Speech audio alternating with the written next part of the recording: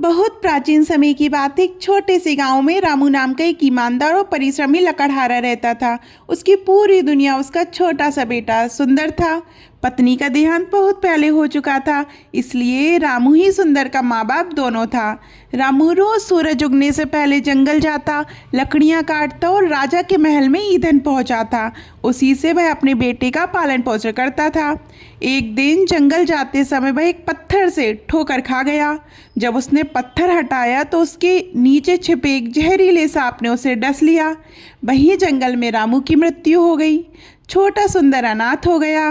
राजा को जब ये समाचार मिला तो उसका हृदय द्रवित हो गया।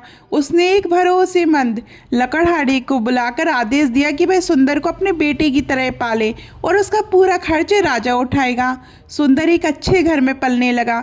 वहाँ उसे लकड़ी से सुंदर वस्तुएं बनाने की कला सिखाई गई।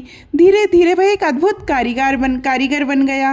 पास ही एक कुम्हार रहता था जिसकी बेटी थी कमला। सुंदर और कमला साथ खेले, साथ बड़े हुए और बचपन की मासूम दोस्ती धीरे धीरे प्रेम में बदल गई। एक दिन कमला का रस्सा कुएं में गिर गया। सुंदर ने चालाकी से रस्सा निकाल दिया और मजाक में उससे वादा करवा लिया कि वह उससे शादी करेगी। दोनों ने एक पेड़ के चारों ओर फेरे लगाए, मासूम खेल समझकर, लेकिन वही खेल भविष्य का बंधन बन गया।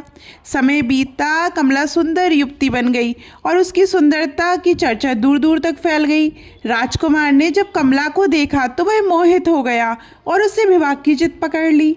राजा ने मजबूरी में विवाह तय कर दिया, लेकिन जब पंडित ने कमला की जन्म कुंडली देखी तो चौंक गया।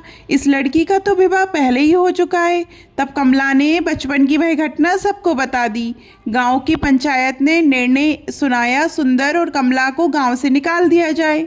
दोनों भटकते हुए एक नगर पहुँचे और एक सराय में रहने लगे। सराय की मालकिन लालची बुढ़िया थी। सुंदर लकड़ी का सामान बनाता और वह बेचकर सारा पैसा रख लेती। गरीबी, संघर्ष और भूख ने जीवन कठिन बना दिया। बुढ़िया की सलाह पर सुंदर चंदन की लकड़ी लाने जंगल गया, जहां उसने शेर से लड़कर एक गाय की जान बचाई। स्वयं गंभीर रूप से घायल हो गया। एक बूढ़ी वनवासी महिला ने उसकी सेवा की और उसे जीवन दान दिया। इधर नगर में बुढ़िया ने कमला को धोखे से एक सौदागर के हाथ बेच दिया। सौदागर ने कमला को महल में दासी बना दिया। कमला महल में सेवा करने लगी, शांत, सच्ची, विनम्र और दुखी। सुंदर लौट कर आया तो कमला गायब थी। बुढ़िया ने झूठ बोला। सुंदर फिर से काम करने लगा। वह चंदन की लकड़ी पर नक्काशी करता। वह हर वस्तु पर अनजाने में कमला नाम उकेर देता। वही वस्तुएं महल पहुंचती रहती। एक दिन राजकुमारी ने कमला को चंदन का एक पंखा भेंट किया। कमला ने देखा उस पर उकेरा था नाम कमला। वह पहचान गई ये सुंदर के हाथों की रचना थी। सच सामने आया, बुढ़िया पकड़ी गई। सुंदर को महल बुलाया गया। बरसों बाद सुंदर और कमला आमने सामने खड़े थे, आंखों में आंसू, हृदय में प्रेम और आत्मा में शांति। राजा ने सच्चाई जानकर आदेश दिया, सुंदर और कमला का विवाह सम्मान पूर्वक कराया जाए। सच्चा प्रेम कभी नष्ट नहीं होता। समय, दूरी, धोखा, दुख, संघर्ष सब उसे परखते हैं लेकिन तोड़ नहीं पाते। जो प्रेम सच्चा होता है वह रास्ते भले भटक जाए पर मंजिल तक जरूर पहुंचता है। आपको ये छोटी सी कहानी कैसी लगी कमेंट में ज़रूर बताइएगा। और अभी तक आपने हमारे चैनल धार्मिक चमत्कार को सब्सक्राइब नहीं किया है तो सब्सक्राइब करिएगा। धन्यवाद।